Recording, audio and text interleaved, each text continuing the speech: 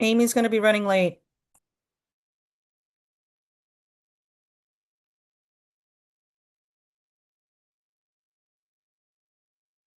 All right. Good evening, everybody. Sorry for the delay. We just wanted to get the recording starting for the meeting. Welcome this evening. Thank you so much for taking time to attend our meeting this evening. I'm Kim Gillette, and my co-president Tiffany is here as well.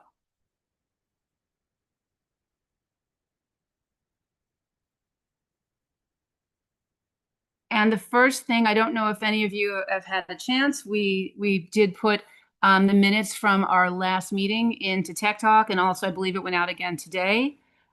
So we would like to get a motion to approve our minutes. Motion. Motion to- And a Second. second? Second. Great. Thanks, everybody. Mr. Newman, I see that you are here. Hey, how are you? We're doing great. I hope you enjoyed your break. Would you like to start us off and do Q&A? Sure. I'd If be that's best for ecstatic you, to. it's entirely up to you, but I thought you might want to go first. Yeah, that would be great. Appreciate that. Obviously some things coming down the pike. We have parent-teacher conferences just right around the corner, literally tomorrow. We're expecting a great turnout. A lot of parents are signed up, and hopefully that goes smoothly to see how your students are doing as they looking across the finish line here for the year. Um, Besides that, I got nothing really to talk about besides I know there's a bunch of questions out there, so why don't we hit them up? What do you got? All right, anybody, if you've got questions, you can put them in the chat.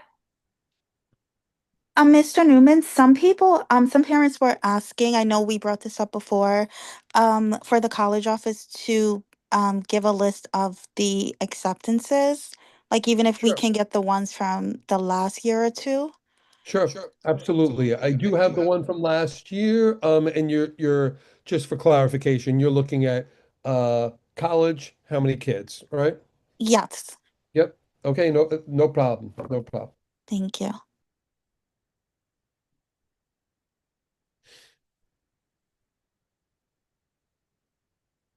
Mr. Newman, can I ask, it's an idea actually about music classes. My son is a freshman and he attends junior band, and he also goes during his last period to symphonic band.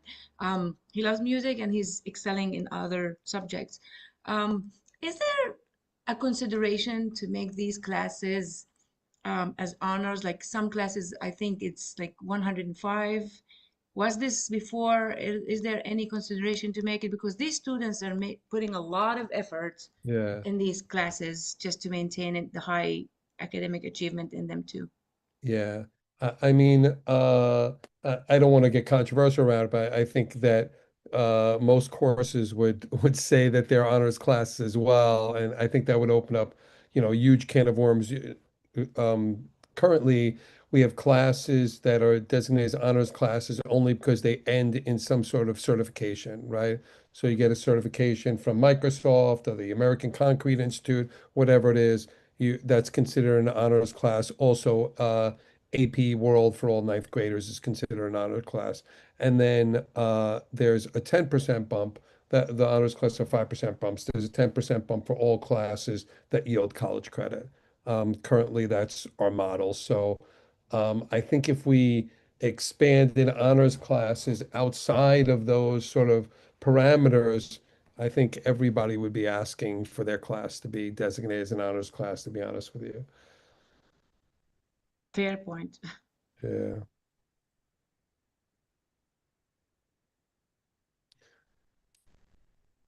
What else? Quiet night so far. Waiting for the flurry of questions. Hey, Principal Newman, this is Jeff Hey. Powell. How you doing? Can you hear me okay? Yeah. I did. I Yeah. read your email. Thank you for Yeah, that. yeah, no, I was just a broader question for the broader group.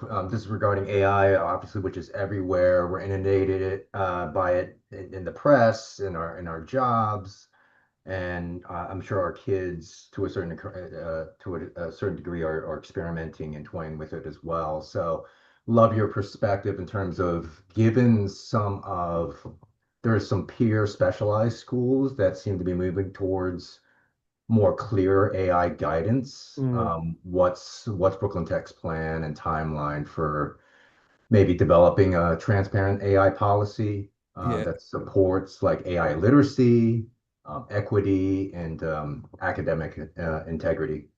Yeah. So we were well aware that the DOE was coming out with a fairly comprehensive AI policy. And so we sort of waited for that to see what that would look like. And as you're probably aware, that came out a couple of months ago at this point. We do have, it is something that we're looking to tackle. We have an internal committee called an ILT, an instructional leadership team, that's looking to come up with a little bit more of a comprehensive Brooklyn Tech view and policy towards AI, hopefully to roll out for next year. I mean, yeah, so we've been looking at the ILT has been looking at a lot of school policies that we're rolling out, including grades for next year and whatnot. So we've been spending a lot of time with that. But AI is next, and we're looking to have a policy in place for next year a little bit. And now we've clearly made things around AI. But it was sort of piecemeal awaiting for the DOE to come out with a policy. And now that they have, we want to craft something that works for our school that's, adheres to the parameters of the DOE. Okay. So I think we're ready to run with that. Okay. Great. Specifically, and many people might know that our English department has been really on the cutting edge of this. They've had a lot of meetings about this, and we really want to hear in the greater community some of the great work they've done, as they felt like they were on the front lines of this just based on their subject matter, which may or not be true, but that was their perception, and they've really dove into this as a department. So that we're trying to utilize great work that they've done and incorporate it in policies for next year. Okay. Thanks for that. No problem.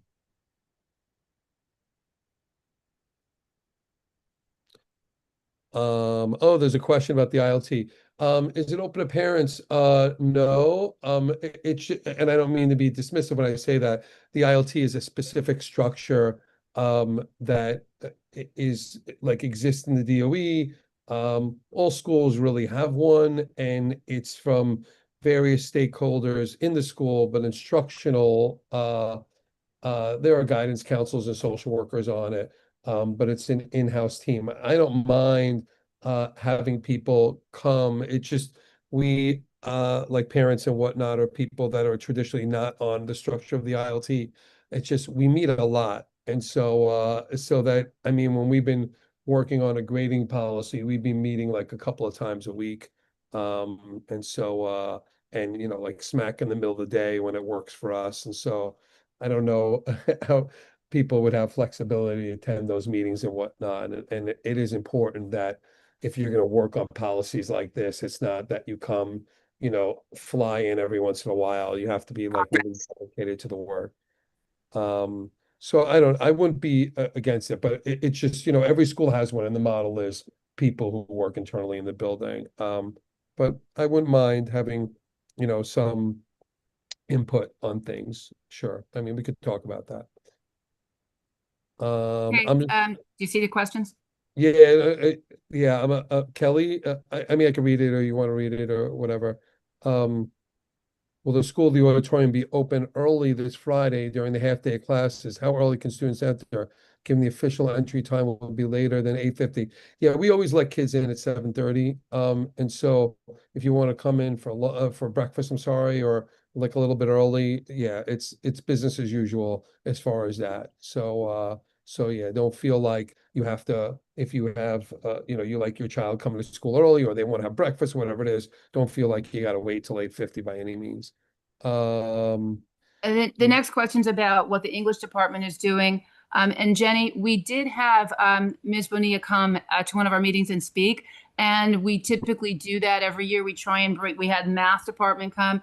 So that's usually something we cover once a year. I mean, if there's something specific, you could always contact Ms. Bonilla, but we did devote she was a guest speaker for one of our general meetings.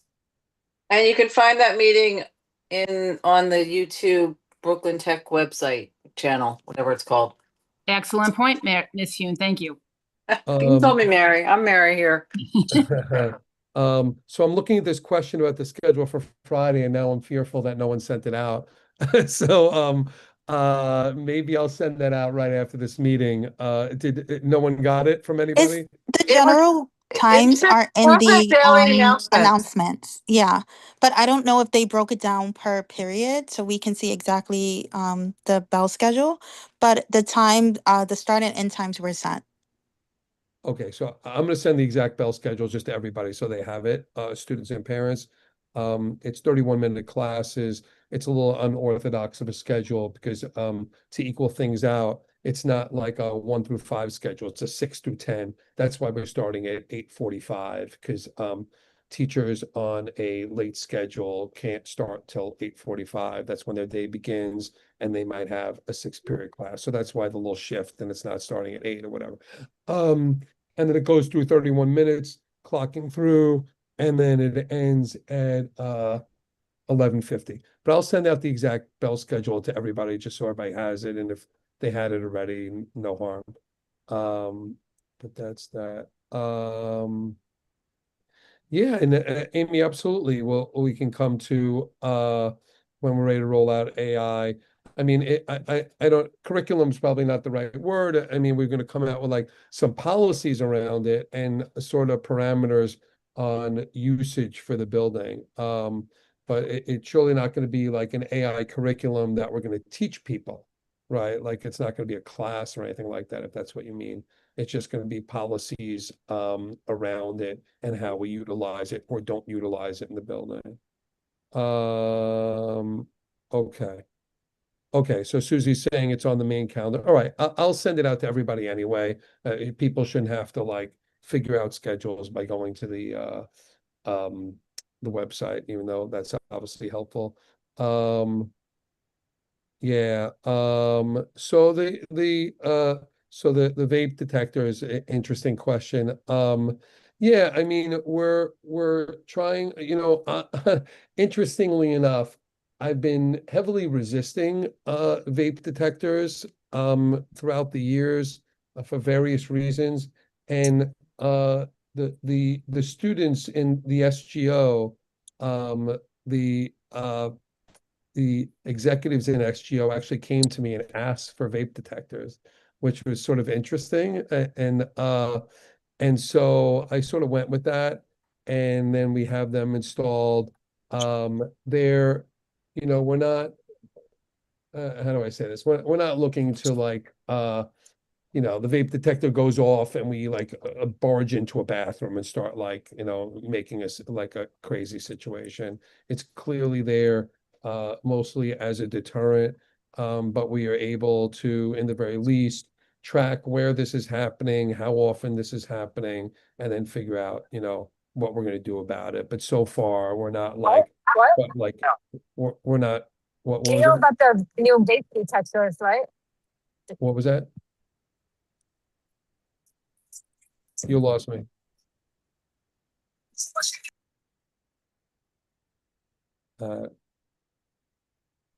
Kim, you're on mute. All right, everybody, could we ask you to also go on to mute? And if you have a Okay. question, just please put it into the chat. So, yeah, so that's where we're at right now. So far, we're not, as I said, bum rush.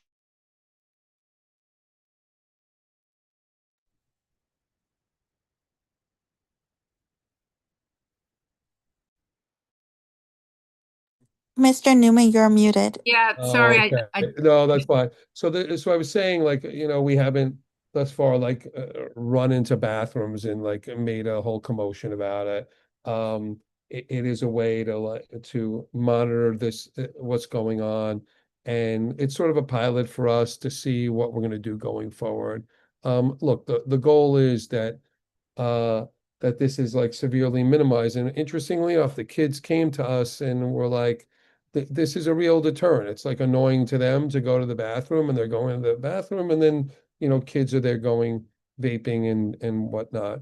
I think it'll help us get a grasp also on how big the problem is and have a little like real numbers about, realistically what's going on. Okay. What? When students have an AP exam, do they have classes or they just go to take the exam? You can go to your classes before or after your exam. That's up to you. Do you have to? No, you don't. We surely want kids to concentrate on the exam and focus on the exam and whatnot. But if they choose to go to class before or after, they're allowed to do that. But your attendance for the day is taken at the exam. So you will be marked present for the day, if that's a concern, which it should not be, but yeah, so that's that. Okay. Anything else?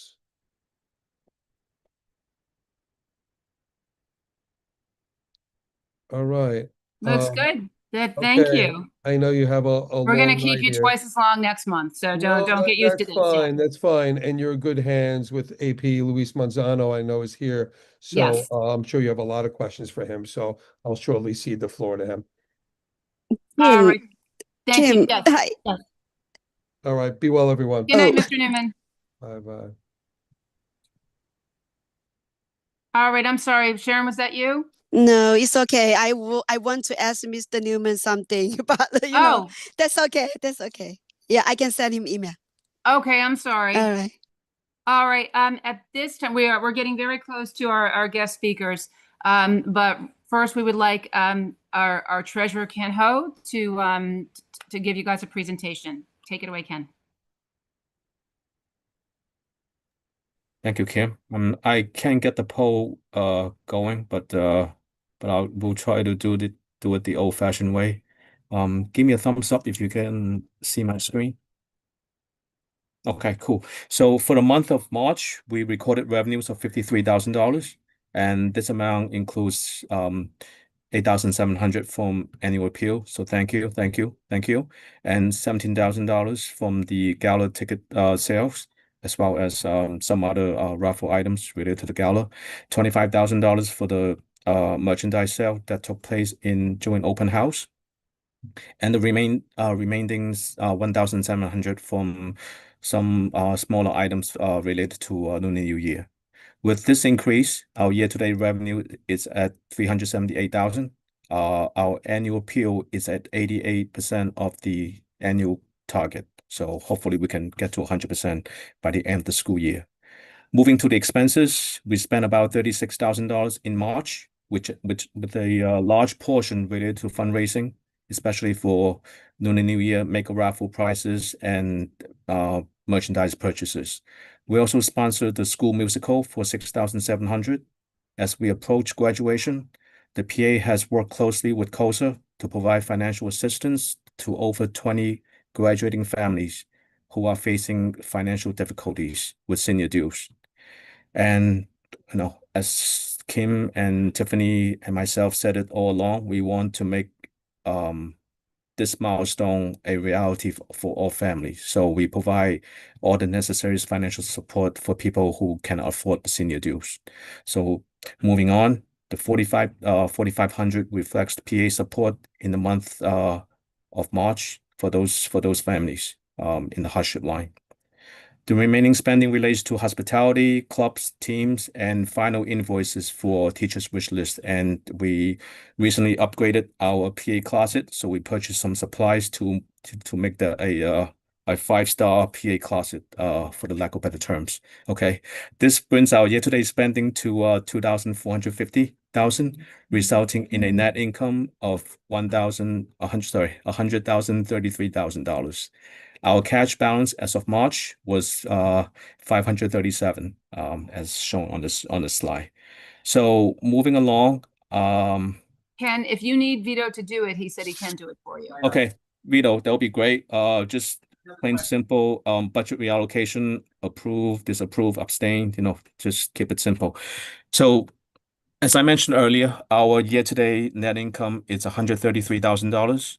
And over the next several months, our large spending items include college fair dinner, faculty and club grants in conjunction with the Alumni Foundation, senior graduation breakfast, and Teachers Appreciation Lunch or Dinner, which I don't know yet. And the net income from the April 24th gala that will take place next month will be incorporated at the end. At this moment, we are not changing our budget net income and still standing at 5,200. That was originally approved by parents back in June of 2025. But since the budget was approved last year, again, June 2025, we have continued to experience a rising cost environment, which I'm sure all of us can understand living in New York City, which has placed additional pressure on our on several line items on our budget. But thankfully, we have some savings to offset those overruns, and this would require the amounts of several line items to be reallocated. But again, no impact to the bottom line. And the college essay program has come to an end earlier this year, and because of lower than expected enrollment, we have a savings of $11,000 from that line. And I propose to use that savings and reallocate that to teachers' wish list, school drama, the drama production that we all saw a couple weeks ago, and hospitality programs. And we all love Mr. Newman, so we want to make sure that he can fund the things that he would like to fund for the school, as well as PA office expenses. As I mentioned, that we recently remodeled our PA closet, so we need additional investment to make the dream come true. So that's pretty much all I want to say. Again, zero impact to the bottom line, but we are simply reinvesting our savings from the college essay program into various buckets. So can I, Kim, can I move on to the vote? Would that Yes, be Vito, okay? are you ready? Yeah. Yeah, Vito's Okay. gonna put it up for you. So, just a formality, can I have a motion to begin the vote? And, Got it, motion. okay, any second? Seconded. Thank you, Monique. So Yes, we do, please we go see ahead. it. And again, this was the same presentation was presented to the PA Executive Board last night, and I thank you, and I received 100% approval last night. Just want to throw it out there. So All right, is everybody able to vote? I see 12 votes. We only have 17%. Yes. Would anybody else like to just participate in the poll? Vote yes, no, abstain, whatever you like.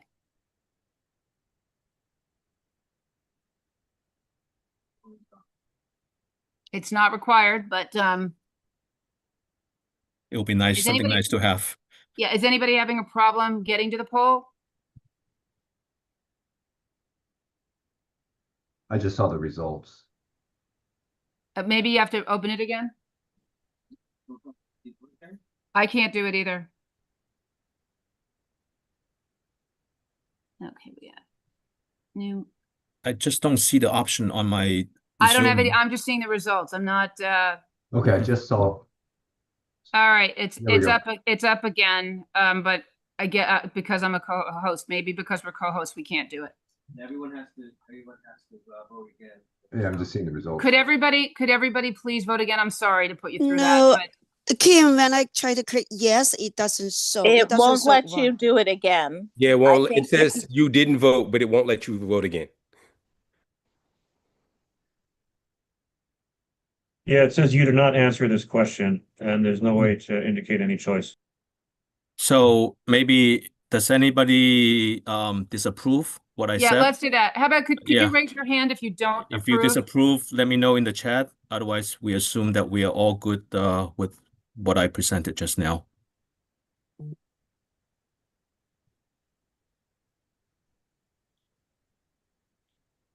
Sorry for the technical difficulty. I'm not a Zoom guy. I use Teams at work, so I basically know nothing about Zoom.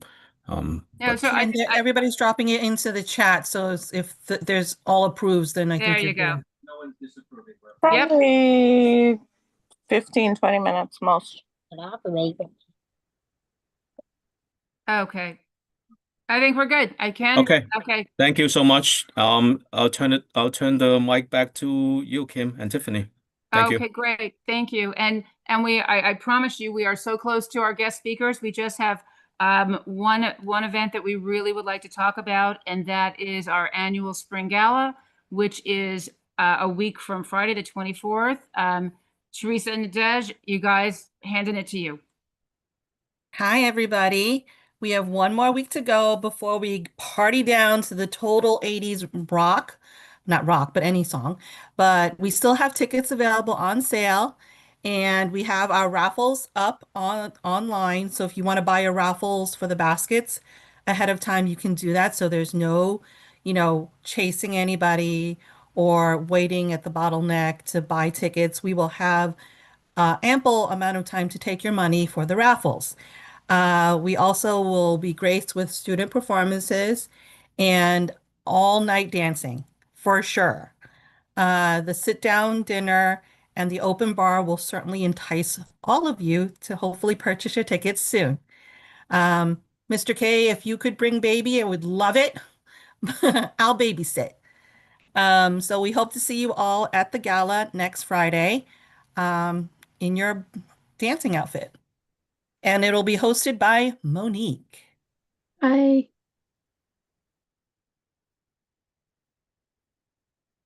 Thank you, Teresa.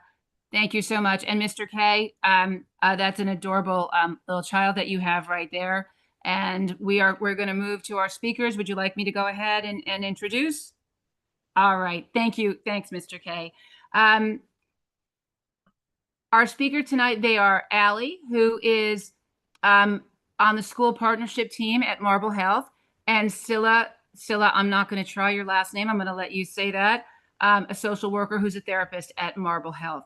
So without any further wasting time here, I'm going to hand this over to them. If you should be able to share your screens. If not, I'm right here. Just give a shout.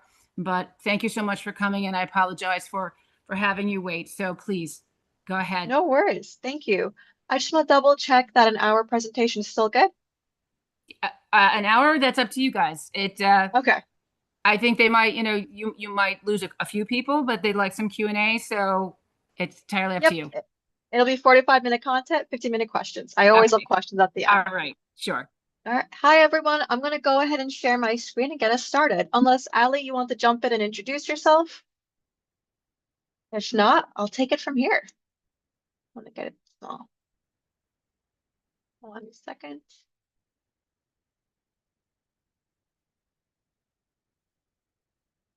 Hold on. One technical difficulty here. Okay, there we go. Back again. So hi, everyone. We're going to be going over student health challenges, specifically vaping, alcohol, and other substances. Before I get into all this, I'll introduce myself, who Marble Health is, and all the stuff that kind of goes into substance abuse with our teens. If there's any questions, feel free to throw them in the chat. I'll be sure to get to them in the end. And if there's anyone who wants to talk at the end too, happy to meet with you guys. So today we'll go over the role of shame and vulnerability, the lay of the land. So what's vaping, alcohol, other substances, what to look for, how to communicate with your teen, and some strategies to support them as they navigate through all this. So who am I? Why am I talking with you all today? My name is Scylla Gidget. I am a licensed master social worker. I've joined Marble Health recently, February 2026, and I have some previous experience working at Stony Brook University and as a private practice therapist. I personally use a CBT, SFT, and system-based approach. What that means is kind of cognitive behavioral therapy and working things in a solution-focused space. Happy to talk about that as well if you have any questions. So you got to know me. Now let's get to know Marble Health. So Marble Health is an affordable and accessible therapy for students in grades 3 to 12, and they cover basically all major insurance plans with no cost for you. And they work with your schedule, so they're usually after school, nights and weekends. It's all virtual therapy, and typically there's no wait list, so you can get seen within days.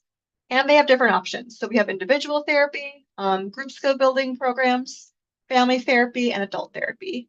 If you are interested, I'll lead us to this beautiful QR code where you can schedule a 10-minute complimentary call and get to know our team. Before I hop in, I think there's two things in the chat. Could we take a pic? Okay, we're all good here. Great. I'm going to keep on moving us forward. Well, let's get to know what is vaping, alcohol, and other substances that teens might be getting into? I want to start us off with alcohol and other substances, and then move on to vaping because that's more of a current trend that's going on. So with alcohol, we're going to see health risks and behavioral risks because they're intoxicated, and I'll go more into depth with all this of how they present. And then other things on the field that we might see is cannabis and marijuana. You'll see prescription pills like opioids, ADHD meds, and anti-anxiety medications. Now, those are prescription, but what happens is students or teens might take things that's not prescribed to them, but to their friends. We also see psychedelics and MDMA and ecstasy going on as well. So what do we look for? For the alcohol, I know typically we're like, oh, you can smell it on them, but sometimes it could just be slurred speech, unsteady walking, bloodshot eyes, flushed skin, and typically it follows with hangovers, headaches, fatigue, and nausea. Now, these symptoms on their own could just be like a regular thing, but pairing them together, it's going to give us an indicator of what's going on. Academically, we can see grades dropping, skipping classes, lack of focus in class. And socially, things to look out for is their peer groups might be changing, a lot of secrecy behind it, or just a lot of conflict about defending what's going on and who they're hanging out with. With marijuana and weed, things that we can see are red, bloodshot, or glassy eyes. Again, bloodshot eyes are on both, but the glassy eyes is also another one. And a very strong scent, especially on their clothes or hair. Things to also like an indicator of it is like unexplained intense laughter, maybe sleepiness or quietness right after it, increased clumsy behavior, or appetite increase as well. And this is all from the CDC. So feel free to have more information to look through on there. Emotions. So basically how marijuana works is because it's also creating a high and it's numbing the brain. Once you get off that high, there can be an increased feeling of panic, anxiety, or just being unnaturally suspicious. And academically, it really plays a role into processing, learning, and kind of retaining your memory about information. So that's some other things to look out for. I think I see something in the chat. We'll just take a quick look in. Okay, perfect. I'll move us forward. So now let's go on into vaping. So with this one, 10% of middle school and high school students have used nicotine products. Vaping has become the new trend over cigarettes. So there's a lot of health concerns that come with this. That's brain development concerns, lung and respiratory problems, asthma. I'm sure you guys heard of like popcorn lung too, which has been going around. Heart and circulatory effects. So kind of with the fingers and the toes, exposure to harmful chemicals. So I know now it's regulated in 2019, but before then, a lot of old products, they had a lot of things in there that could have, again, harmful to chemicals. And then the biggest thing here that we're worried about is addiction, right? Because it's a feel-good substance. And the thing that's tricky about vapes is they're often camouflaged, so it's kind of hard to tell how they're being seen and used. Symptoms to look out for is typically a sweet scent in the air, which can be such a twist as opposed to alcohol and cannabis, right? Because they have a very specific scent, but these are fruity smells. Unfamiliar pens and USB drives, they tend to mimic those objects. I'll show you some photos for this slide. Drinking more water. I know it's summer, it's hot, we're drinking water, but it's pairing it with a dry mouth and dark circles under their eyes because it actually causes dehydration. And then nosebleeds, due to the chemicals into it and because of the releasing of it, it causes nose dryness. Smoker's cough or mouth sores, typically around the outside of the mouth.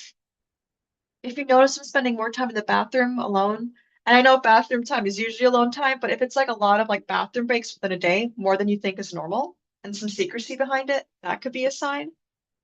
New batteries and chargers. So these require cartridges, so you're gonna have to power them up. And then things to look out for is discarding the vaping pods. So typically they'll be in cotton balls. You'll see thin metallic oils or pods or atomizers, so things to disperse it basically. And there'll be a lot of short breaks outside or decreased concentration to get, smoke the vape. Increased irritability.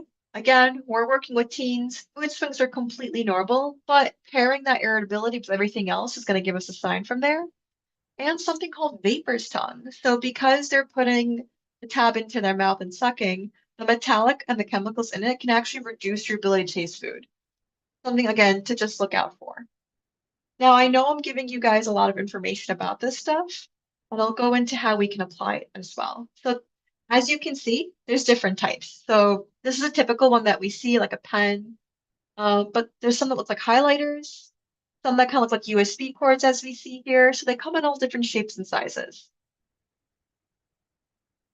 And I'm a numbers girl. I don't know about you guys, but I like to look at it. So over 1 in 10 high school students still use e-cigarettes. 90% use flavored products, meaning there will be a scent or kind of appeal to it. And majority are not, again, it's not smokeless tobacco or Zins, it's more of vapes on that part. That's a big one that we're seeing here. And another thing that as we're looking at these numbers, we're looking at the reasons why they use vape, right? And we can see the top 3% is to calm down or manage my stress, right? Because I enjoy them and because my friends use them. So I think these top 3 reasons are a great way to look into how we engage with them and have these conversations. Another point to kind of look into this is youth and young adults who do vape experience depression higher rates than those who don't. So as you can see here, from ages 13 to 17, those who vape have a 48% of experiencing depression. And if you look at 18 to 24, that's 30%. That's a big difference, almost half if you look over here. Again, children using substances or adolescents and teens usually is an indicator of something else that might be overwhelming them. And that's why it's a good way to be like, let's not judge the symptom, but let's kind of go into the core thing from here. Any questions so far? I'm going to peek in the chat. We look good. So we started with the stats, and I kind of want to go into why do they, right? Why are we using substances in the first place? And I think this comes from an acknowledgement of shame and vulnerability. I have this image here, it really spoke to me, and I thought maybe it would speak to you guys too. So shame, as we can see, can be such an overwhelming and heavy feeling, right? It can be isolating by yourself in the dark. But vulnerability is a door that kind of brings the light in and kind of bridges that gap between us. So with these topics, it could be the shame that we're feeling that maybe someone that we know is using, or it could be the shame that your child is holding at that moment, the fact that they are and they don't want to be. I know you guys are having a blast listening to me, but I thought we could also hear from a great researcher who has this amazing TED Talk about shame, just 2 minutes. And let me know if you guys can hear it. Or give me a little, does the audio share? Can you hear it?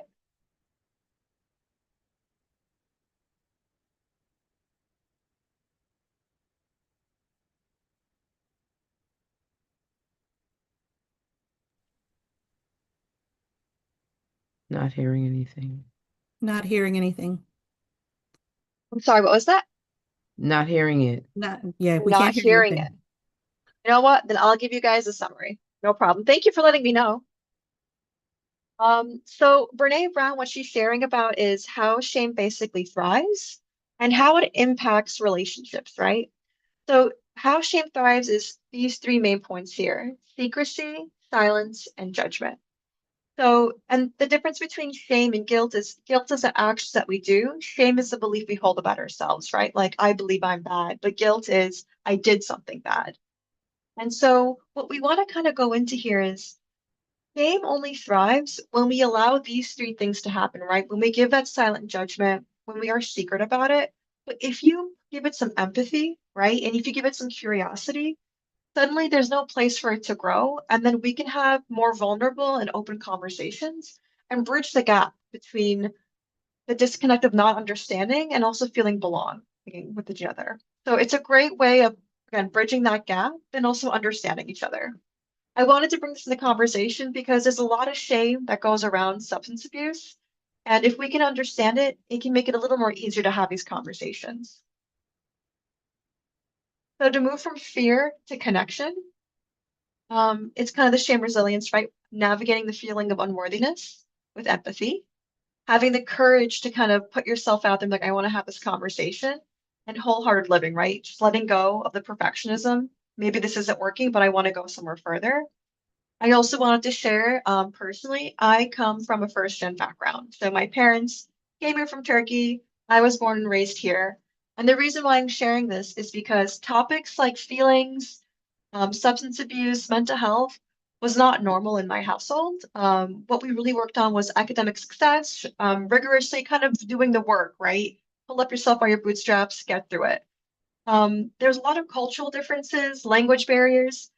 And now we've come to a point with my family where we can have these conversations, but it made growing up pretty tough. And I wanted to, maybe some of you are in the same boat as me, or maybe you guys are different boats, and that's okay too. But it's moving from this fear, if I talk about it, it's going to get worse. If I talk about it, things might get better instead. So I'll ask you guys. I've been doing some chatting now. I want to hear from you. If you want to throw it in the chat. What feelings come up for you when you think about your kid and teen using substances? If you don't want to write a sentence and you want to put in a little emoji, I'm happy to see that as well too. Fear. Okay. Thank you for sharing, Rebecca. Yeah. Very normal.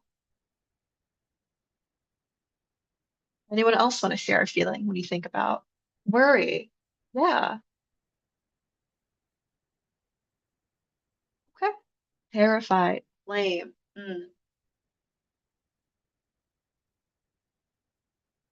Gateway drug. Yeah. Fear, failure, concerning. And those aren't light feelings. What did I do wrong? Ooh, that is a great one, Teresa. Yeah. That's self-blame, right? That shame that comes in that I must have done something wrong. Sadness. Ooh, empathy I'm seeing there. Okay, I love this. I'm going to move us forward to the next round, but thank you so much for sharing. And all of these feelings that you guys are having is completely normal. It's hard being a parent. There's no manual or guide to tell you what to do, right? Things just happen. And so the best way to kind of have these conversations is maybe admitting, like, I'm figuring it out with you too, but also understanding from that part. Because your kid doesn't know what they're doing either. Now I'll ask you guys again. We just labeled some emotions, right? How might those emotions play a role in how you talk to your kid about substances? If you talk to your kid about substances. Yeah, asking why. Great. So if you want to throw an emoji or a word, a sentence, I'll hang tight for you guys. Love to hear from you.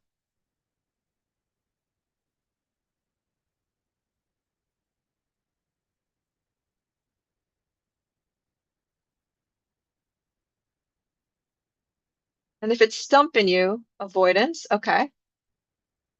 I'll ask this question said, have you talked to your kids about substances? Is that a yes or a no? I'd love to hear about that. Yes, okay. Yes. Regularly, openly talked about. Love to hear this. You guys are killing it already then. Awesome. I never felt the need. Maybe I should. Okay. Checking. I love this. I'll give us maybe 10 more seconds to see what pops up for us.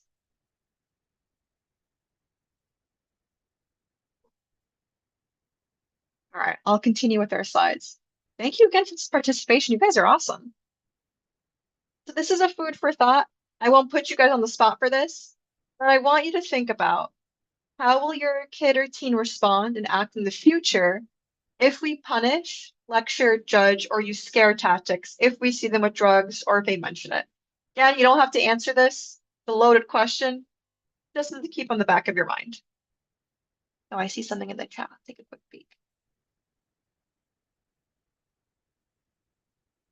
Yeah, okay. You know, I'll go into the gender. I was doing some research. The NYC drug, I forgot what it's called, Alliance. They have some really good statistics. And actually, they're showing up, especially with vaping. I believe females are doing it more than males at this point.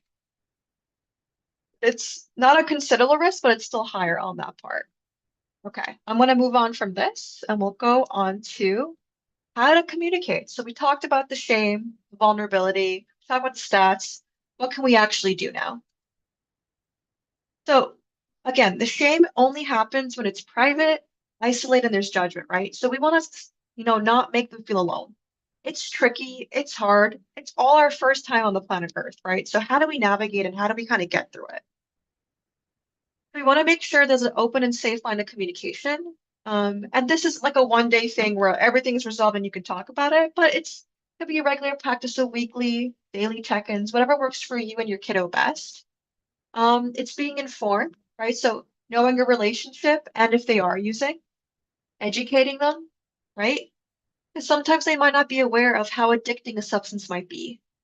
And help kind of figure out tricky dynamics of decision making. And also being the kind of role model adult where your teen can reach out to you if they want to. A lot of times what happens is when teens get overwhelmed and stressed, they kind of see who they can look up to kind of learn from this. And it's not to, again, not a personal blame or attack on this part, but if they know, hey, I messed up, but I'm still going to go to mom or dad or grandma or aunt or whatever the adult is in the room, that's a great way to kind of burden. We're going to make mistakes, and so are you, and so am I. We're all going to make them, but it's how we navigate afterwards and say, okay, where do we want to be from here? So building understanding and empathy. I know someone mentioned a why. So why would your kid even want to vape, right? And as we looked at the stats before, it's a sense of social belonging. Adolescence is a really tough age for you as well and for them. They're trying to figure out who they are, where they belong, what life means. There's college applications. What do they like? What do they don't like? So the sense of belonging, it's such a strong feeling, right?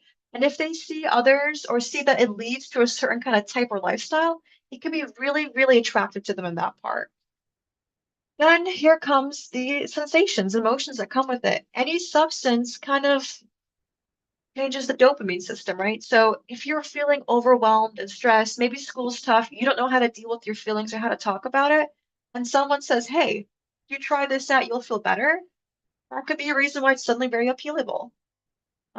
Physical addictive qualities. So typically what this means is if your child has a really hard time regulating, so going from super, super mad to super, super sad or highs and lows, getting that middle and then going up and down can be so exhausting. So sometimes that can lead to looking for things that would externally regulate them.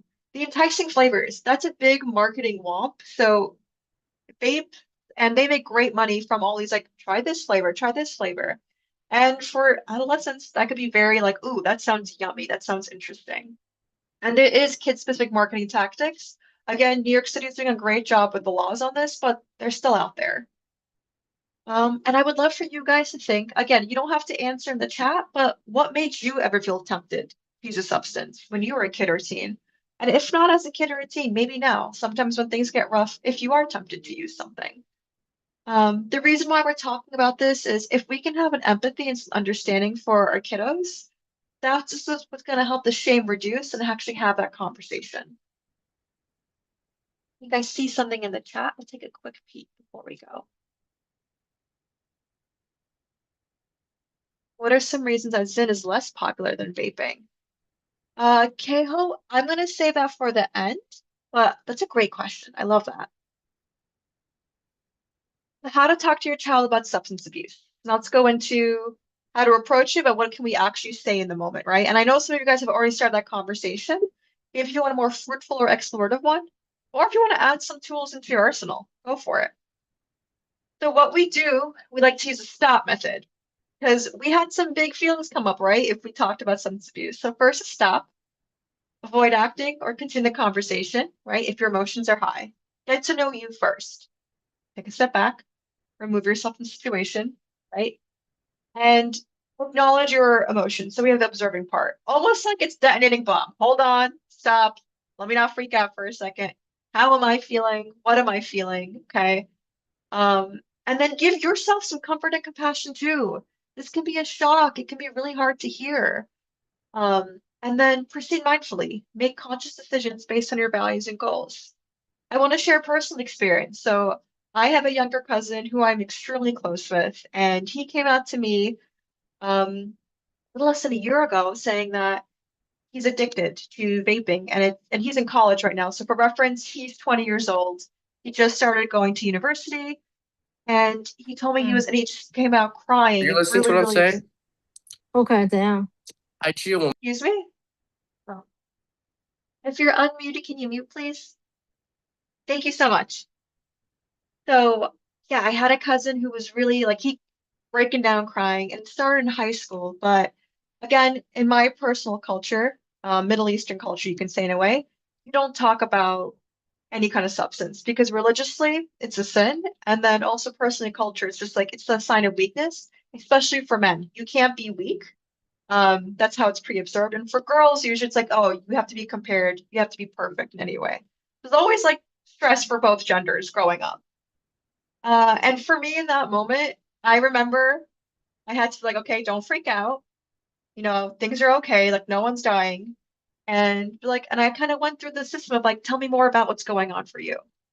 It can be tough for you at that moment too. And I even asked for like, I need a second to like process. And I went for a 5-minute walk. I asked him to come walk with me, but we didn't talk. And then we continued our conversation.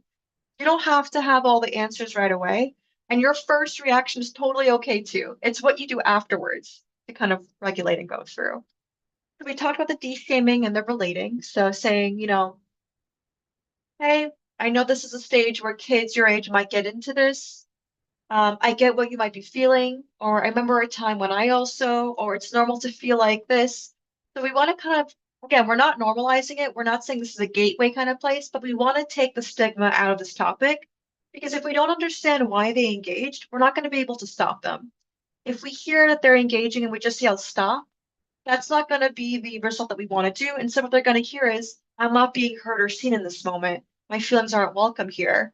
And so then it leads to a cycle of, because I'm feeling bad again, let me use again. We want to avoid that kind of cycle there. Reflecting and validating emotions. So when they tell you the reason why they might be using, how they got into it, it's the time for you to say, it sounds like you're feeling X, or it's there's a part of you that might be feeling blah, blah, blah about using this. It makes sense that you're feeling this way, or this sounds like a really tricky situation.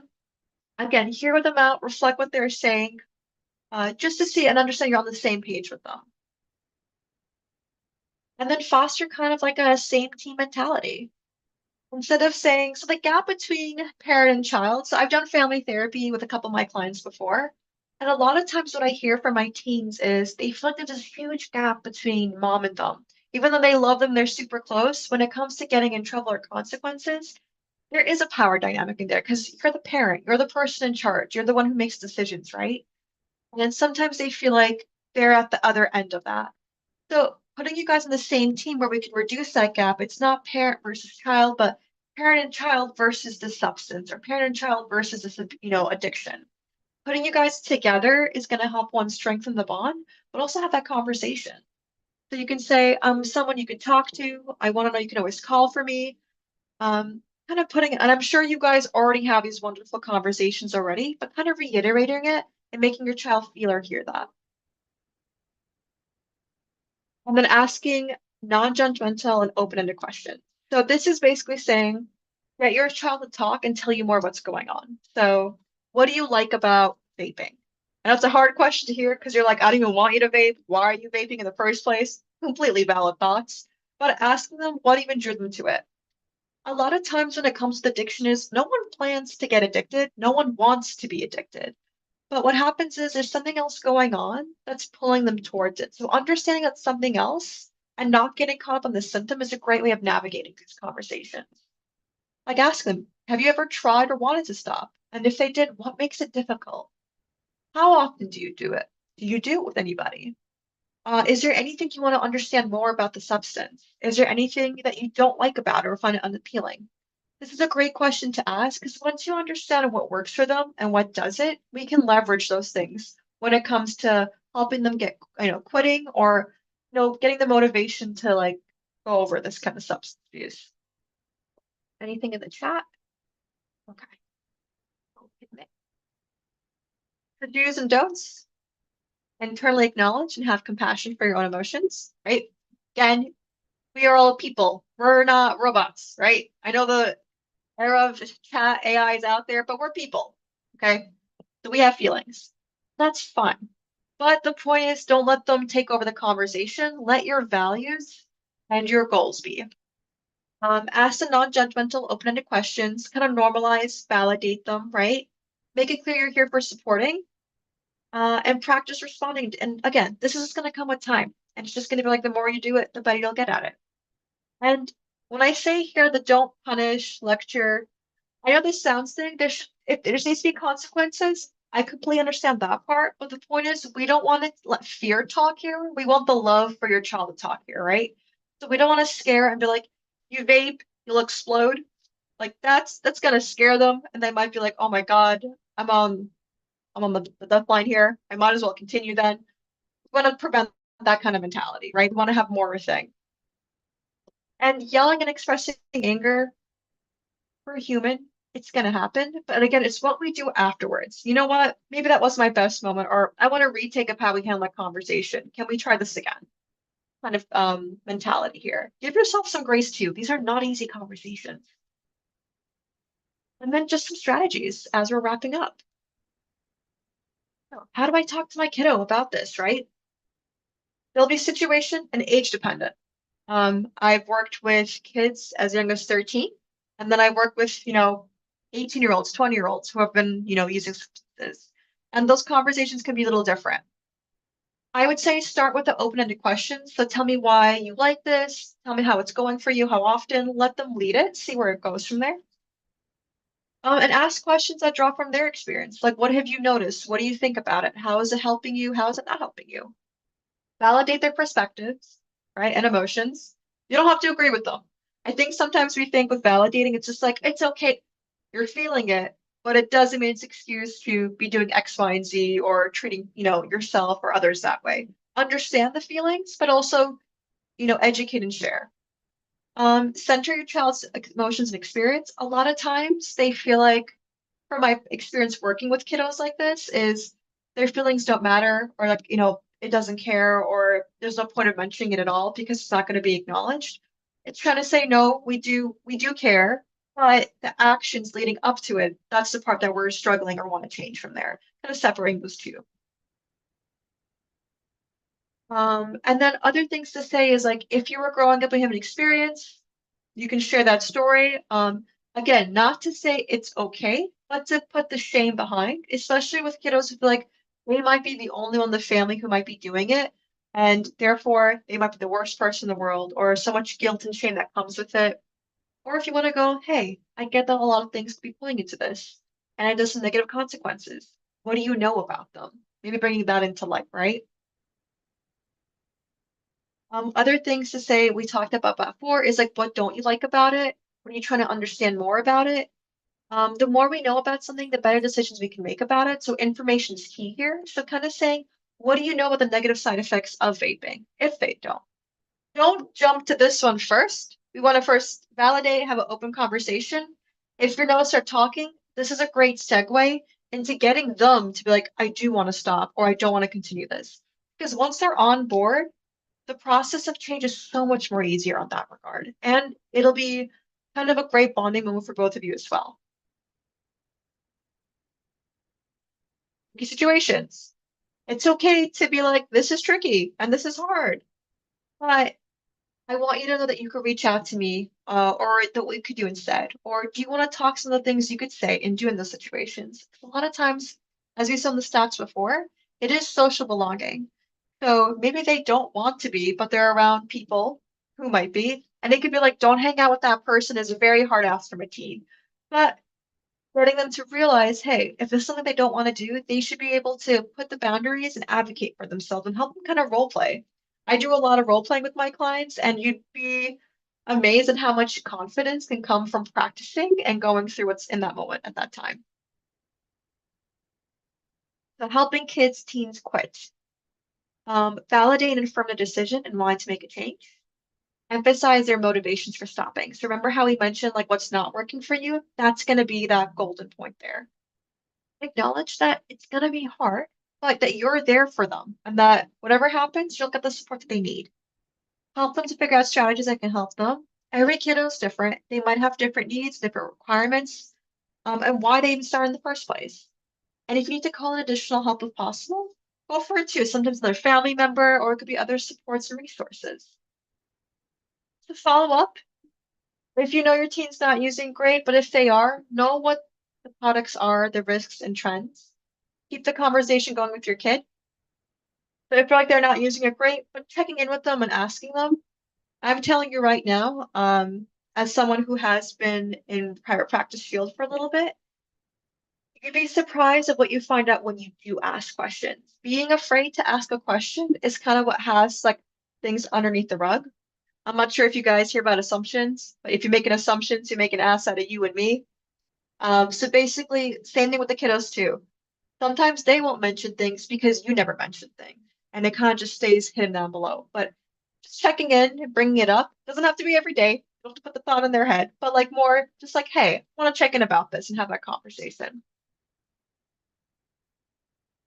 And when it's a good time to get extra support. So if you're seeing long-lasting changes in their moods, like we're talking, 3 weeks and more, less interest in activities than they usually do, less interest in connecting socially with their friends, not just their parents. That's sometimes normal. It comes with puberty. And if you're seeing like dramatic changes in their sleep or eating habits, that might be a time to reach out and get, clinical or professional help on that part. And if you are interested, there's a QR code that leads to Marble Health, ready to enroll your child or yourself in therapy. It's a referral form. I'm going to stop here and grab questions. I think I saw something in the chat. There we go. And you guys have been a dream, so I'm going to go see what's going on to it. Okay. So I know Keho had a question from the study. What are some of the reasons that Zyn is less popular than vaping? Keho, I'm going to say from my personal experience working with them, one, Zyn is a little harder to get. So because of vapes, there is a whole market for vaping, where people will give, other kids to sell in parks and stuff. Not just in that, but I've also seen it in other schools and private schools as well. It's a big one. Zins, I tend to see with, again, from my clinical experience, kind of more younger men. It seems to be more popular there. They can also get away with it more. So more in college, see the Zins popping up. For high school students, vaping is a little more popular in that end. But again, the NYC Drug Alliance, they have some great data onto that if you want a more clinical base. So I'm a numbers kind of girl, and I want to give you the wrong numbers here. Carla has a question. Vaping is more straightforward. What about candies laced with fentanyl? Or the marijuana treats? It's very difficult because everything is presented as fun and recreational. That is a great question. And I love that you already preface it. It's fun and recreational, right? But I think it's talking about the risks that come with it, and showing the stats and numbers. The thing with when we're talking about adolescence is our frontal lobe is still developing, right? So as adults, we can consider risks. It's right over here. Frontal lobe's right here. Most likely developed. We can look at the risk and consequences. We've seen them. We've experienced them. With kiddos, it's a little harder because they're still making up their life experiences. They still don't know what a full consequence looks like. So in this regard, I feel like having an open conversation about the emotional weight of like, what happens if this does happen? What are the consequences that leads up to it? What does recovery look like? And actually like going through it when it is laced, the recovery rate is so much more addiction-wise, really, really hard, but also hospitalizations, the fear, and like why put the risk over that fun, right? And it's also showing them to learn if they are going to do it, how to be responsible in that moment. Again, if we can't minimize the not substance abuse, it's showing them how to be a responsible one if they are going to, go for it. Same thing with drinking. It's if you're gonna drink, don't drive, right? We have this kind of mentality there. I'm not sure if that answered your question, Carla, but I'm going to move on. If you want to throw something else in the chat, happy to see it. Michael says, I'm wondering if the situation at the typical school, oh, you're welcome, is such that a group of kids or a group of kinds use substances and everyone sort of knows who they are, and someone is either part of it or not, or is it different? Oh, so you're asking about basically how the social groups are. Is that right, Michael? Yeah, it's more like, because I think it used to be that people, at least when I was in school, people sort of knew who were the people who were doing that. And you either joined them or not, and you were separate. So I don't know if you're already decided, if the student decided that they're not or going to be part of that group. Or I don't know, because sometimes in my neighborhood, I see these, what seem to be very affluent kids too, like vaping. So I'm not sure too, like what the dynamics are. Yeah, great question. So for social dynamics, yes, there's the established group, right? Like you mentioned before, you know who's doing it and you know who's not. But then there's also the environmental exposures and different groups. So I'm going to go off from one of my clients, for example. She had a hard time regulating her emotions. She's 15. And what had happened is she personally was not interested in alcohol. Her father had a bad experience with it. So she was like, I don't want to use that. But the topic of smoking and vaping never came up in her household. It was more like an anti-alcohol kind of house. And it applied to other drugs. So her close friends didn't. They know people who didn't. But when she went to parties or events, there are some groups who are cool who do it like socially, right? So now it's changing from the group of people to those who do it socially. And that's where she got tempted to try it because she said, I'm not doing it at home and I'm not going to do it at school, but I am going to do it in this context here, right? Kind of giving herself permission in that moment. So sometimes it's not just dynamics at school, but it's also the environment and what the status they get. To her, didn't care about the vaping. To her, it was more of the status that was going on. So he was joining and participating, kind of feeling like those, in that moment, like belonging in that group, right? So yes and no, you can very clearly identify, but sometimes it's that if your child or if your teen kind of struggles with like, there's no my group, or I feel like I can't make friends or that kind of thing, that can kind of lead into a door of like, hey, you can fit in with us if you smoke or if you don't do. It's also the invitation to other kind of things. So for example, I'll bring another client. He is I think he's just turned 19 actually. But for him, he did a sports club. Again, clean kids, great kids. But after practice, a certain select would go out and continue practicing, but they would do Zintabs basically. And they say it would help them with practice. So again, you're seeing during the sport, same team members, great, but then a select few afterwards. And he can choose to participate or he doesn't. But sometimes feel like they're, FOMO, the fear of missing out. That's also a big feeling that happens with teens and having that conversation of it's not worth the risk. Did I answer your question, Michael? Maybe I went off the rails a little bit. No, thanks. Yeah, I mean, I think it would be very difficult, I guess. I don't know how we're supposed to talk to our kids about this because like if they're like very high functioning students who are vaping and like if they are in a very I mean in those parties and it's become so prevalent, I guess, like how are they supposed to be like, oh, I can't, they're excelling and they're vaping and it's not harming them. And I don't know that we would know if they are. Yeah, that's a great point too. So especially with high functioning clients, so that's just like I'm doing all my work, right? I'm passing my classes, I'm doing my clubs. It's almost like let me do this, or I'm giving myself permission to do this, or it's not affecting the work that I'm doing. That's a different kind of conversation of having through, yes, you're showing the results, but are you regulating? Are you managing the feelings? Because what I'm hearing is burnout. What I'm hearing is you're using the substance to get by, right? That's what I'm hearing from that. And that's a very common use. If you look back to the stats, that was the top 29%. But why they use is because the stress of what's going on.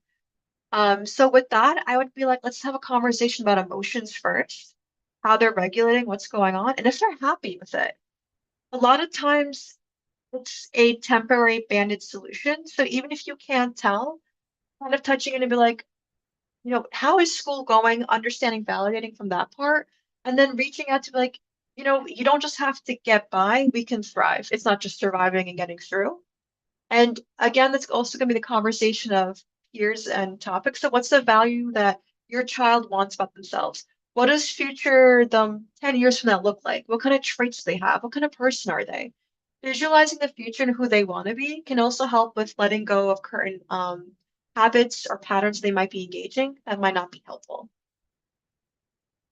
Did that answer your question, Michael? Yes, thanks. Okay. Any other questions that you guys might have, thoughts, concerns? I know I threw a lot of information at you, so feel free. You can throw them in the chat if you want to unmute. I'm here for another 5 minutes, guys.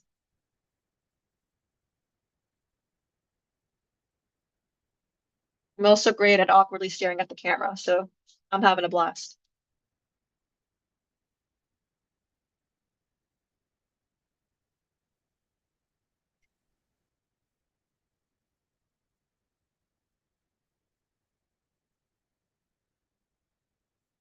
Are we doing the staring game?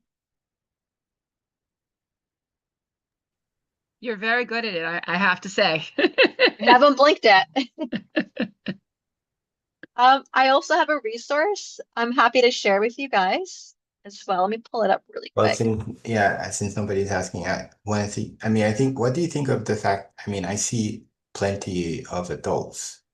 I mean, and now there's all these marijuana all over the places all everywhere, and around Brooklyn Tech, there are all these places. Mhm. So it's like just seems like yeah, I don't know how are we supposed to do anything when like so many adults like every you walk are using marijuana. It's like I don't know the message that kids are getting probably like there's so many adults doing it. Like, what's the problem? Yeah, that's also a great point, Michael. So it's almost like socially and culturally accepted, right? Is that what I'm hearing? Like it's just normal now. Yeah, I think somebody said something about that in the comment, but Yeah. it's That's a yeah, great I point always thought too. that the main thing would just be like how you model and like kind of like how like kind of how I perceive my parents and how they perceive me in terms of whether I mean I'm sure there's a lot of parents who use substances that just do fine. So I don't know why those kids would think that there's anything wrong with that. That's gonna be a topic of family values. It's a great question. So, for example, I'll share off the bat. Again, I come from a Muslim religious household, so like alcohol and other substances are already like, oof, don't even think about it, right? That's how I grew up. It's a sin, not a good way to go. But then growing up in America, so normal to drink, especially during my master's and then during, job things. Let's go grab drinks, right? That's how you kind of connect socially. With that, the best protective value, if you're looking for protection or choice, is kind of having your child build confidence and values and what matters to them and what matters to the family. Again, not in a way that's like, hey, we're this family, we do this. If anyone who does that, boom, you're out of the family. That's like already setting up a very easy way of saying, well, I'm not going to apply to these rules. They're too rigid. But more saying, these are our family values. We're the kind of people that when things get rough, we want to be able to cope with their feelings and be able to talk about them. And if you are going to drink, again, Michael, I don't know your family, but if it's a social kind of thing, that might be a context. But if your family is fully dry house, sober, that's okay too. And you share those values and you share why it's important and how it works for you guys. And again, you can talk about, again, that future, what kind of person it leads up to. Just because two people are drinking, people that you might know who are, doesn't mean it's a negative thing, but saying, this is what we bring into our family. It doesn't have to be with judgment. So, for example, if one family is not saying they're bad people or worse people, but more saying these are their values and this is ours. And there's different kind of people in the world, and that's okay to accept too. And curiosity around this is so normal too. And sometimes just acknowledging the curiosity and what goes on with it can also like bring down the temptation. Again, I don't know your child, I don't know your circumstance. I'm trying to give you a general answer from there. Hopefully that was helpful. And then I see some things in the chat. Rebecca says, I actually thought Marble Health stopped accepting some insurances kind of abruptly last spring. Rebecca, I don't quite know about that because I'm on the provider end of cares, but I think, is Allie here? Oh, Allie, yes. Yes, I can talk about that.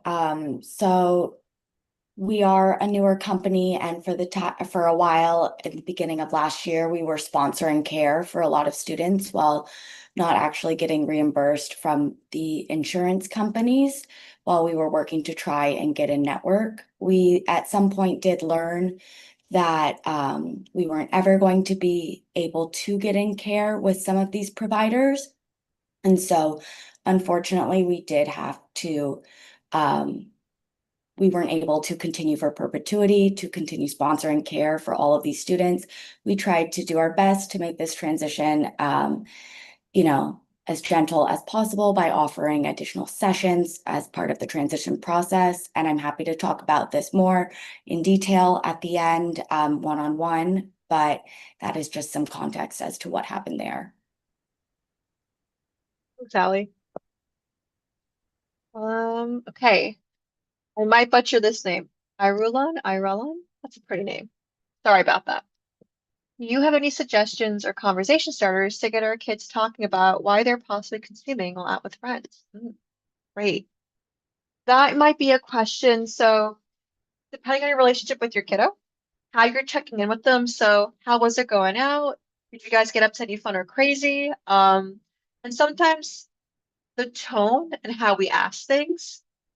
The teens that I work with, I love them. They're a little crazy, but I love them. And they're so sensitive to parents' tones because at the end of the day, you guys matter the most, right? Your opinion, how you care and your love, that's what kind of drives them. Whether they admit it or not, they're kind of hardwired for that. So when kind of starting those conversations is going to be, again, being like validating. And maybe if you want to share a little bit, like, when I was your age, these things were kind of normal. What's it like for your friends? Have you guys done anything? And if so, what was it like for you? Was it fun? Did you get anything out of it? Again, keeping those like open-ended, non-judgmental questions is a good way to ask and go through. If it's touchy for them, hard to talk about, you can pull them in. Have like a day with you and your kiddo, go out, get ice cream, and just be like, hey, I know you've been going out to a lot of parties. I'm just concerned, and I just want to make sure you're okay and that you know about all the consequences of, this and this, like, the risks of using. You use with your friends. How is it like? Are they safe? Tell me more about it. Hopefully that helped, Irelon. Amy says, will the school provide a seminar or workshop to educate students about vaping and marijuana? It's a great question, Amy. Hopefully someone here from Brooklyn Tech will answer that because I'm on the provider side. That's a good question though. Nasif. I'm so sorry for butchering your name. Really, I apologize. Wanted to ask the same about whether the school talks to kids about vaping. Okay, so school side. I'm gonna hand that off to the school when they get here from Brooklyn Tech. That would be a great question for them. Any other questions you guys might have for me while you have me here? You guys honestly are amazing. You guys are so engaged, and I love the questions coming through from here. Not, I will share this quick resource. You guys can take a quick preview now. I'm going to screen share super quick, last minute details here. So I'll be sharing this at school again about shame and the goal, right? Some signs of substance abuse, little Marble Health check in here, QR code, dot method, some ways to lead conversations, right? About, drug, if there isn't, making sure you're on the same team. And then who you can reach out to schools. So I know your school has some guidance counselors or school social workers that can help them with that and how to reach out from here.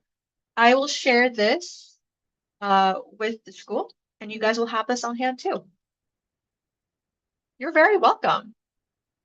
I'm going to hang out here for, I guess, the next 5 minutes if anyone wants to chat around, but I'm not sure if Brooklyn Tech, anyone here wants to add anything to it.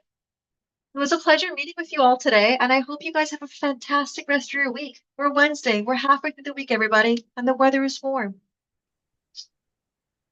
Thank you. You too. Any other questions? I'll be hanging out until 7:30. I think I'll see you you've covered a lot, and we really appreciate it. And in a short period of time, you did a great job. Thank you so much. You're welcome. And you retained most of your audience, so that says a lot about your presentation. I appreciate that. Okay, thank you. Yeah, I will go ahead and share that little worksheet guide with you too. Would you like me to stay on until 7:30? What do you call the shots here, Miss Vita? Guys, do you need any more questions? Or yeah, I'm sorry, I've got him under Vito's name. I moved to a better computer here. Okay. No, it's fine. That's my husband. It's fine. Do any more questions? Because otherwise we're going to let you go and enjoy the rest of this beautiful evening that we have outside.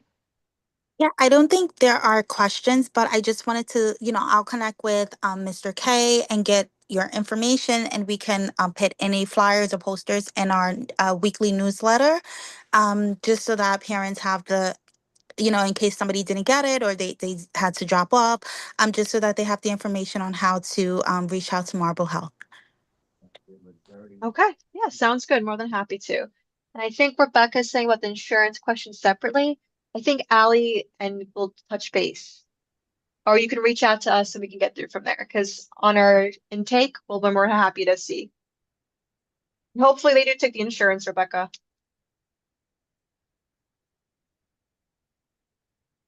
Unfortunately, there isn't a change to that specific insurance plan, but I do promise we are actively working on trying to get a network. Great. All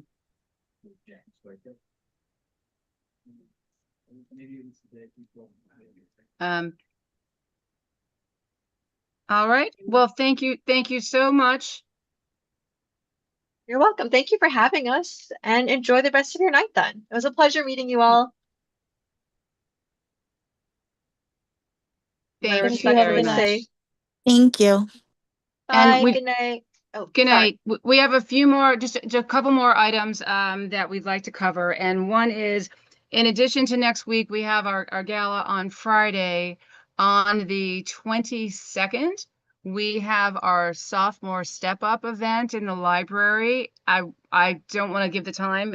If Teresa, if you want to put that in the chat, just to make sure I give the right time. But Mr. K will be there. He has guest speaker. We have guest speakers coming. It's a lovely event. You do need to register in advance. There'll be light snacks for that. And again, that is on Wednesday. I'm just checking to see. And Vito, we can all hear you. So if you could just take it down until I'm done. Thank you. All right. And then most importantly, we Ken, Tiffany, myself, and a few others, this is our last year at Tech. So we will be holding elections at our May meeting. I believe it's going to be, we will confirm it on May 26th. So we are, we're hoping that our current board members take over in different positions, but we are going to need some other parents to step up and take over some of the empty spots. So we will be sending out information. You don't need anyone to nominate you. You nominate yourself. You let us know what position you're interested in. And most all of our positions, if you're uncomfortable taking that role alone, you can do it with a co-president, co-vice president with you, but that's something that you have to decide on in advance. It's not something we won't put you together. You would have to find somebody to run with you, but we're happy to help you. So Tiffany, you can reach out to Tiffany and me, and we'll answer any questions that you have, but we will be sending out a form for you to fill out. Please consider running for an office. We really do need, we are going to be short if we just have our current board members. So please consider, donating some time. And if you have questions about how much time for each position, we're ready to talk to you about that. Tiffany, you want to add anything to that? No, I think that's it. Just please support the gala. Ticket sales Yes, end please. tonight at 11:59. And you can sponsor a teacher. You can purchase basket and raffle items. Please support the gala. Do we have a link for that? That's a good, did they send one out again today? I don't have it. I'm sitting at Vito's computer here. Let me So see. Amy will probably get to it. Good at that. Amy's the quick draw. There we go. Can we get it? Yeah, there we go. Thank See you, Amy. that? Look at that. And We'll just leave add that up up, for a minute. yeah, Kim, the 50-50 now is 3,500. So mean the winner is gonna win all 1,750. That's So yeah, fantastic. keep continue. The link is going to close at April 23rd. We still have time. And we also yesterday, Nadej put up, if you don't want to wait, and it won't be a big line, but if you don't want to wait in line to purchase your raffle tickets the night of the event, you can purchase your raffle tickets right now online. We'll have a little envelope waiting for you to expedite the process. So take a look. You can see what the different levels are. We've got prizes as low as 100 up to well past 1,000. We have a really great set again of Knicks tickets. We have some wonderful test prep coaching, essay coaching. There's a lot of really nice things. So take a look, consider buying your tickets, but if not, you can wait. We will try and post a list of the items in advance. That is our goal. You know, it's just always, we're always running last minute, but that is our goal so that you can see in advance what prizes we'll have. But please consider supporting us in buying a ticket. It's going to be a lot of fun. We have an incredible playlist, and we're gonna see Sharon out there dancing, and you know, who knows we have a lot of different surprises ahead. Mr. Newman's going to participate in the entertainment. It's going to be a great night. All right, guys, anything else before we request a motion to conclude our meeting? All right, motion to adjourn. Motion. And second? Motion. Second. All right, thank you everyone for sticking around. I think that was a great presentation tonight. I hope it gave people information they needed, and if you have any questions, I'm sure you can reach out to them and they will provide more. Thank you so much, and we will see you hopefully at the gala. And hold on, there's one more. I just want to make sure there's no other questions that we have to do. Okay, now it looks like we're good. If we don't see you at the gala, then maybe the sophomore step up, or definitely at our May meeting. Thank you, everybody. Thank you. Good Thank night. you. Good Good night. night.